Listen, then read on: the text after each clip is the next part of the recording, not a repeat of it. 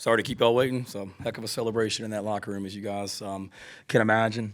First of all, I want to thank our fans.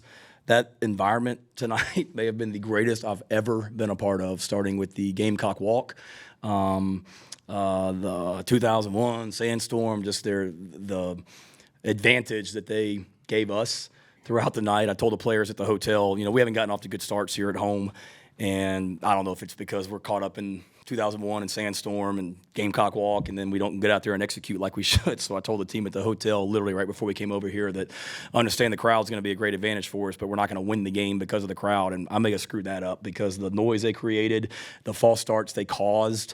Thank you. That was awesome environment, and I'm so happy for all of Gamecock Nation. It's been a long, however many, 8 years or whatever since we beat those guys. So I want our fans to celebrate the heck out of that one. First of all, tons of respect for A&M and Coach Fisher's team. Obviously, the start for them was not ideal, and they never flinched. Quit yawning, David. It's a hell of a win, man. I'm not putting you to sleep yet, but I'm going to be here for a while. That was a tough start for them, and they just they never flinched, and quarterback made some plays and whatnot, and it was ugly as all get out for us there a lot of the time. But just really, really proud of our players and their fight and the individual plays that a lot of our guys made. Xavier Leggett starting the game, and then the kickoff that he covered at the end of the game and went down there and made a tackle. I mean, Tonka Hemingway just got a game ball in there for the tackle he made on the blocked extra point, which is embarrassing to get an extra point blocked. But Tonka got that guy on the ground and kept it a two-score game. I mean, if Tonka doesn't tackle him, that thing's going back for 2 points, and all of a sudden they're throwing to the end zone to go to overtime.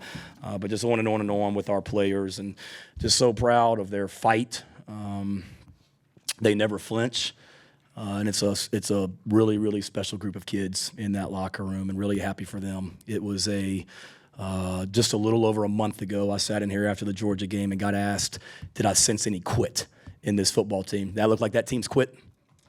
So since that day, we've won 4 straight for the first time since 2013. We just beat who did we beat? Kentucky on the road 2 weeks ago up in Lexington for the first time since 2012, and we just beat Texas A&M for the first time ever. So, no, there's no quit in this team. We got a bunch of freaking fighters on this team that love each other and play for one another and care about each other, and it showed out there tonight. As ugly as it was at times, they never flinched, and they just kept coming back, and we talked about we're a second-half team, and we get better as the game goes, and we did. Now, having said that, we got to play and coach a whole lot better because we had plenty of opportunities to really put that game away in a lot of instances, and we didn't get it done, and that's disappointing to not be able to convert a 4th and 1 on that last drive and let them go down the field and get points and have an onside kick, and then they recover the onside kick. So a lot of bad football and some bad coaching by us. We got to be a whole lot better, but, man, to win this one, just so happy for our players and so happy for our fans, and ready to get back to work tomorrow. Questions? Mark took over in the second half there, had the 2 touchdowns. I know you guys were trying to get the ball to him, but just why wasn't it working the first half? And then what was the talk amongst you and Sat about getting him the ball later on? I mean, that's a good defense. I know you guys pay attention to stats, and their rushing yards per game weren't all that great. They got a talented defense. Like 17 will be a first-round draft pick at corner. The D-line were 5-star, number 1 in the country players for a reason. I know they were missing a linebacker tonight, but the 2 linebackers, I mean, they're really good defensively. I mean, Alabama had a hard time scoring points on them.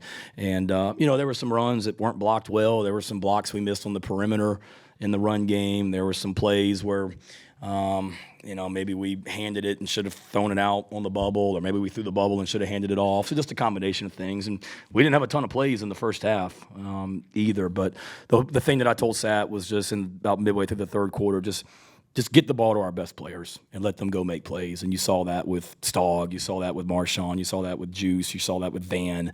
On and on and on. I mean, we got a lot of really good players. Bell. But we didn't really call much different. It was just we had to block it better and execute it better. Coach, you said after the Kentucky game, maybe in reference to the culture comment, that you look for different ways to get your team motivated. Did you, or to what extent did you use maybe the 0-8 record against Texas A&M as motivation, and how do you feel they, maybe responded to that? We didn't talk about it much. I mean, I brought it up on Tuesday just because our guys knew. and I didn't want to not avoid it, but I wasn't going to make it a big issue. All week either. We talked about it on Tuesday that it's part of it, but that had nothing to do with this year's game. I mean, we had a bunch of players out there tonight that have never even played Texas A&M. But certainly it was in the back of our guys' minds, and we talked about it at the hotel last night that it's time. It was time to win this thing, to win one of these, and our guys believed that and had great confidence coming into the game and played really, really hard and found a way to win it. Hey, Coach. Hey. Can you just talk a little bit about kind of the emotions that you personally and also kind of the team are going through right now? It feels like after Kentucky you were a lot more emotional and now you're more kind of fired up. So how do these two wins kind of compare for you? I'm fired up because we got a bunch of kids in that locker room that really, really, really, really care, and I'm happy for them. Maybe I'm fired up. I feel like I took 27 years off my life in that game. I mean, God almighty, guys. Every which way, just when you think it's over, it's not, and then you're holding on, and they're throwing balls to the end zone, and then we give up an onside kick, and that was a long, stressful night, but really, really, really happy for sure, and just, like I said, proud of these kids. Shane, a stat probably a lot of people will overlook tonight, but I know you won't, was your punting game. Your punter kicked Kai Kroger 6 got a times game ball in there. for 49-yard average and flipped the field every time. He and did. On top of that, you only gave up 14 yards in return yards from punts tonight. Yeah, he was awesome. He got a game ball as well for that. I mean, it was look, we knew going into this game it was going to be a 4-quarter SEC football game. I mean, this team's really, really good that we just played, and they're playing all these freshmen, and they've been beat up, and they continue to get better. So I mean, we knew it was going to be a battle, and we talked about it on Tuesday in our team meeting that field position and situational football was going to be really, really key because this is a game where there's not going to be a ton of plays in it. They're not trying to go 100 and run. They're not trying to go fast and run 100 plays. So situational football and field position was going to be really, really key. And Kai was awesome tonight, the way that he was able to flip the field position and then the way we were able to cover kicks against some really, really dangerous returners from Texas A&M on kickoff return and punt return. Shane, you guys obviously jump out to the quick lead. I think it gets to 17-14 right before halftime. I mean, I know you guys have been a second-half team, but what's the message right in that moment when they go and score that touchdown, pull it to 3? I mean, what are you feeling? What did you say to the group? In the locker room at halftime, that we talked right before we took the field and at the hotel that we were a confident team and we should be going into this game, and that we better go out there and play with an edge to start this football game. And I told them the exact same thing at halftime. I said that it was the same confidence that we had before the game. We should have the same confidence right now that we expected this. That when adversity hits, we get stronger as a football team. When things don't go our way, nobody panics. We just get better and just hang in there and keep fighting. And told them that and told them that we're going to win this thing in the fourth quarter. Just keep getting better as the game goes and keep playing physical and keep playing with great effort and just keep playing with confidence is the thing that is what we talked about at halftime. You got something, Ben? I just had a quick follow-up. I was going to say, I think you guys scored in 13 seconds against Kentucky. It was 14 this week. Is the goal 12 seconds next week against Missouri? Or I don't know. I told it was funny. I mean, Pete said something to me. I guess it was in the team meeting last night. I told him, we're going to make a play on special teams, and it's going to be the difference in this game tomorrow. And I didn't know it was going to be on the very first play of the game. Just like, last week we talked about getting turnovers, and they hadn't put the ball on the ground. Kentucky hadn't, and we needed to force a turn. Or we hadn't forced a fumble all year is what it was. And then we forced it on the first play. So I don't know. Maybe I just need to keep speaking it into existence, Ben, whatever I want to get done. But no, it was awesome. We know we're pretty good when we score first. I don't know what the record is, but I think we've lost one game since I've been here when we score first. I think that's right. So it was critical to get off to a great, a really good start. Two things on that last offensive drive. Did you think Marshawn may have gotten the first down? Any thought of challenging it, and the thought process behind not kicking the field goal and going with Bell on that fourth down call? Upstairs they said that we got not a great spot in their opinion. The coaches upstairs said that.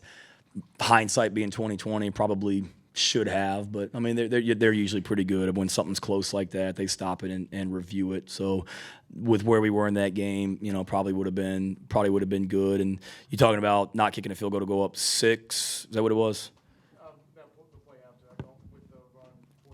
Yeah, when we got stopped before they went down there. For me, it was, I think if we kicked the field goal, we would have been up 12. We would have been up 12. Yeah, to me, it's at that point, I mean, they need 2 touchdowns. Yeah, so if we go up to make it, I'm sorry, I got too many plays running through my head right now, David. So if we had kicked the field goal, we would have gone up 12. Is that what you said? Yeah. In my mind, they got a freshman quarterback in the game. You'd like to just be able to fit in the game right now and go for it on 4th down. So I went for it there to try and finish the game. And then I'm also thinking, okay, if we don't get it, they've got a true freshman quarterback. They've had a hard time moving the ball against our defense all night. And, if they can go down the field on us and get in position to score, then, more power to them. And they basically did. So hats off. Shane, you're now 5-0 with extra time to prepare. All right. See, y'all didn't jinx me this week with Ben or whoever asked that on Tuesday. And I guess Yeah. last year, coming off a bye week, you got a big win, and then you were able to kind of parlay that into a really strong finish. How do you guys take what you guys did tonight and parlay that into these last final 5 games to finish as strong as you did last year? Yeah, I mean, it's just continuing to get better. And that was one of the things we talked to the team about, Colin, was we should be confident going into this game because I felt like we got better as a football team during the off week and then this week as well. And that's a credit, testament to how they practice. So for us, it's just continue to get better. We're by far a finished product. I mean, we just beat a really good Texas A&M football team with 286 yards of offense and however many turnovers we had tonight. But we did some good things, but there's obviously a lot that we can be better at defensively as well and in special teams. So for us, it's just continuing to go right back to work and know that we're on a race to improve, and let's just continue to try and get better and better each week. Shane, when you say you and the coaches have to coach better, how much are you talking about during the week leading up to the game, or are you just specifically talking about decisions made in the game? I mean, I just think throughout the week, continuing to put our guys in position to make plays and help them in the game as well. And look, that's a good team. They're going to make plays against you, and they're going to get stops. So, but don't misunderstand what I said, Rick. I'm not disappointed in our coaching or playing. We coached our butts off tonight and played our butts off tonight and knew it was going to be ugly at times. But, certainly we got to continue to find ways to not give up big plays on defense and not turn the ball over on offense and not get field goals blocked or extra points blocked as well. So that's any game. We always got to just be better throughout the week and then on game days as well. You get the ball back up 3 with about 8 minutes left. What's the kind of the first time all year you've been in that situation? What's the message on the sideline at that point, and kind of what was your angle on that 5-minute touchdown drive that pretty much iced the game? That it was a big time drive. That if we want to get better as the game goes and we want to take games over in the fourth quarter and continue to we pride ourselves on being a really, really physical football team. Well, what more could you want? A drive to go right down the field and put the game away and running the ball and throwing it. So that was basically the message, enough's enough. Let's go get points right here and try and put this thing away. Shane, you mentioned Leggett and obviously his return to start the game and the tackle at the end of the game. Yeah. Obviously, he's had his ups and downs throughout his USC career, but did you have maybe any hint that this was coming with him? Did you seen anything out of him in practice that something like this could come? And just what do you think, just for him as a player to be able to do that? He works really, really hard in practice, and he's been great for us on special teams, on offense. People want to talk about the 2 plays against South Carolina State. We'll talk about all the great plays he's made and the blocks and things like that he's done. So he's a guy with all those guys on offense. They just work, and he had a good week of practice, and can't say that I thought he would do what he did tonight, but it doesn't surprise me. We work a lot. We work really, really hard on special teams, and he's a big guy that is hard to bring down. He's big and he's physical and he can run well, and you saw that on the kickoff return, and you saw it on the kickoff coverage and whatnot as well. He's a really good football player, and I'm happy for his success. Thank you. Hey, Phil. Hey, you're sitting here 5-2 and likely to be favored your next 2 games. Who knows, but likely to be favored. How do you think your guys are going to handle kind of being in this position now? I would hope good. I mean, we handled it pretty good coming off the Kentucky win as well, and I mean that was a huge win in Lexington 2 weeks ago, and we obviously had an off week to kind of come back down to earth a little bit and then get ready to go for A&M. But I think they'll handle it great. This is a very workman-like group. I think I mentioned to you guys. I think I did, but we always we track GPS and player load during practice, just how hard they're working and speeds and things like that. And the Tuesday practice before the Kentucky game was the best it had been all year as far as output, meaning how hard they're working in practice at every position. Well, the Tuesday practice this week was even more, meaning they put even more into the Tuesday practice than they did against Kentucky, which was pretty hard to do as well. So I would imagine this week would be the same. It's a hungry group that's eager to just get back out there and get better. And it's a really, really close team, Phil. I mean, they support each other. They play for each other, and that showed out there tonight. And they're genuinely happy for each other. There's, it's an unselfish bunch that loves to compete. We'll let Coach go and get some players in here. Yep. Thank you, guys. Enjoy y'all's weekend. Appreciate it. Let's find that trophy wherever it is and get it in Columbia, too. So, Governor McMaster, if you can call the Texas Greg Abbott, is that his name? Somebody can call Governor Abbott and find out where that trophy is. Let's get it to Columbia, please. Thank you.